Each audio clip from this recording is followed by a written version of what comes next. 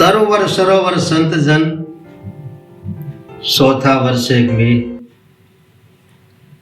परमारथ के कारणे शारे दरिया दे परमारथ के कारणे आ शारे दरिया दे। तो तरुवर सरोवर संत जन ने चौथा वर्षे में तो आमा कबीर साहेब कहશે કે વૃક્ષો તળાવ સંતો અને વરસાદ આ શારે માત્ર પરમાર્થ કરવા માટે દેહ ધારણ કરે છે,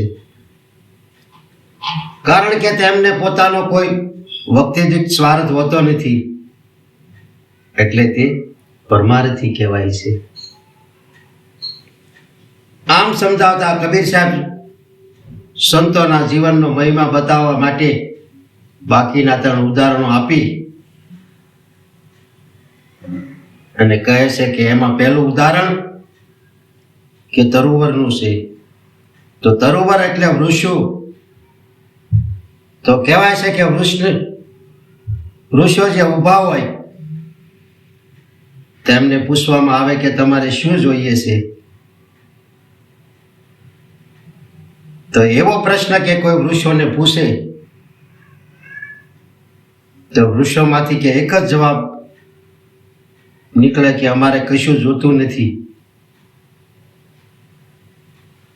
અમે કશું લેવા માટે ઊભા નથી, અમારા તો એકમાત્ર હેતુ છે કે અમારા શરણે કોઈ આવે થાકેલા પાકેલા માણસને અમે સાઈડો આપીએ અને તેમને પવનની મીઠી લહેરખી આપી, અમારા પર ખીલેલા ફૂલોની મીઠી સુગંધ આપી અને અમારા પર ફળો જે પાકેલા હોય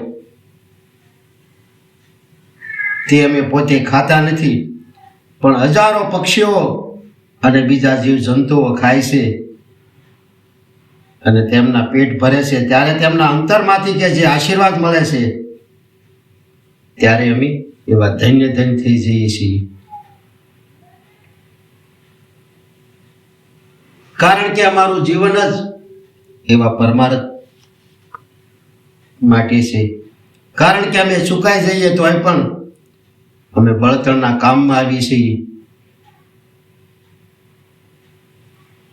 એટલે અમે માત્ર ને માત્ર પરમાર્થ માટે જ આ જન્મ લઈએ છીએ। આવું રૂડું કે વૃક્ષનું દ્રષ્ટાંત આપી ને કબીર સાહેબ સાચા સંતોનો મહિમા બતાવતા કહે છે કે આ વૃક્ષોનું જેવું જ સંતોનું ઉપકારી જીવન હોય છે,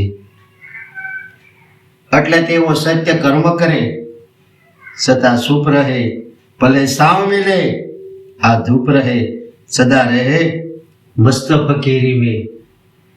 આવું સંતોનું જીવન હોય છે, એટલે સંતોનું જીવન કે કબીર સાહેબ કે ભક્તિ માર્ગ પર ચાલતા સાધક માટે દીવા દાંડી રૂપ છે, કારણ કે તેઓ જીવન પંથ પર ચાલતા દરેક માટે જ્ઞાન પ્રકાશ પાથરી રહ્યા છે। આટલું જ નહીં, પણ કોઈ જીવનથી હારેલા થાકેલા અને ઉદાસીન થયેલા મનુષ્યને આશ્વાસન રૂપી અમૃતમય વાણી સંભળાવી અને તેમને નવું જીવન આપે છે।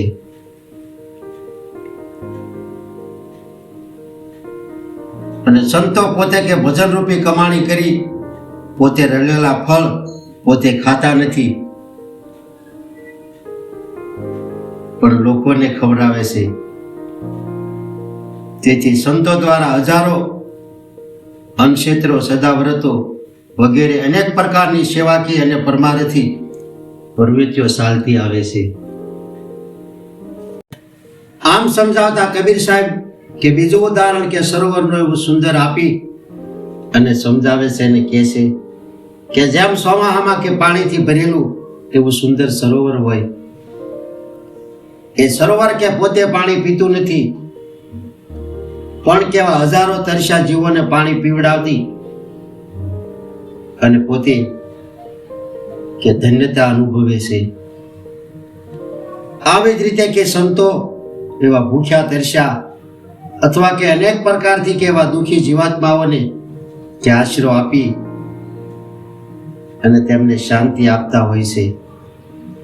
તેથી સંતો સરોવર જેવા નિર્મળ, પવિત્ર અને પરમારથી હોય છે, એટલે તેમના સંગથી જીવાત્માને તૃપ્તિ, શાંતિ અને આનંદ મળે છે. આમ સમજાવતા કબીર સાહેબ ત્રીજું ઉદાહરણ કે વરસાદનું આપીને કહે છે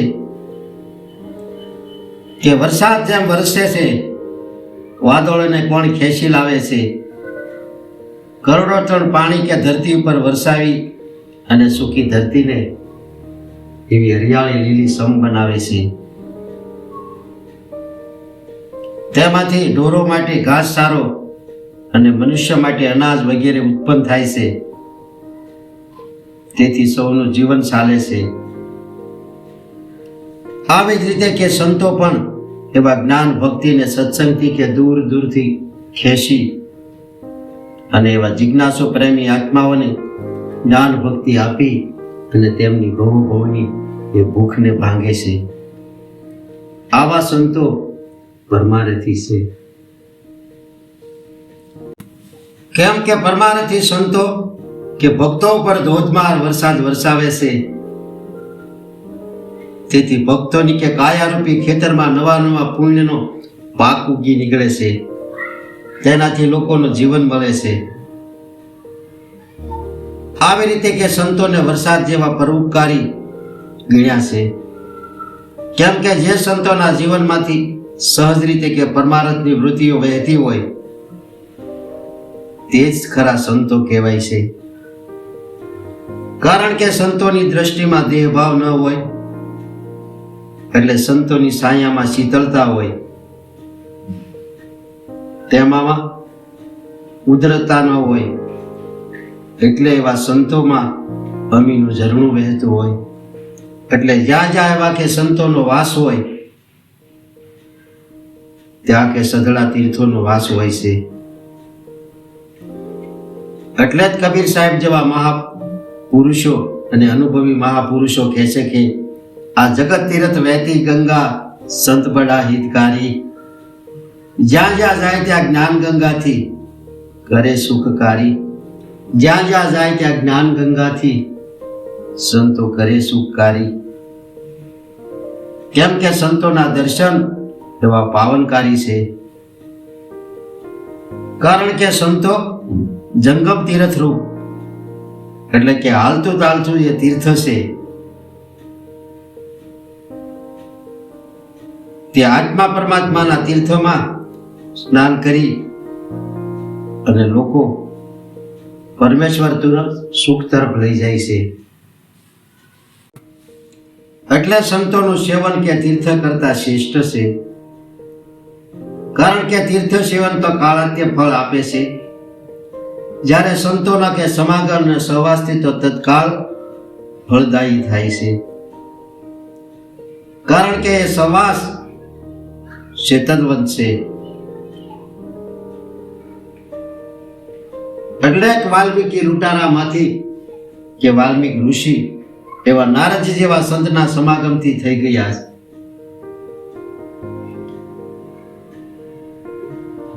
કેમ કે સંત શરણનો સાયડો કે સૌને શાંતિ દે, સૌને આપે આશરો, રાખે સૌ પર સરખું હેત. સૌને આપે આશરો, રાખે સૌ પર સરખું હેત. કારણ કે સંતો આ સૃષ્ટિ તણા હરતા ફરતા એ દેવ છે. એટલે કરો સંતની સેવ તો તમને મળે નિરંજન દેવ. કારણ કે સંત એવા પરમ હિતકારી છે. એટલે તમે કરો સંતની સેવ તો તમને મળે નિરંજન દેવ. તો આ વિડીયો કબીર સાહેબની કૃપારૂપી હતો.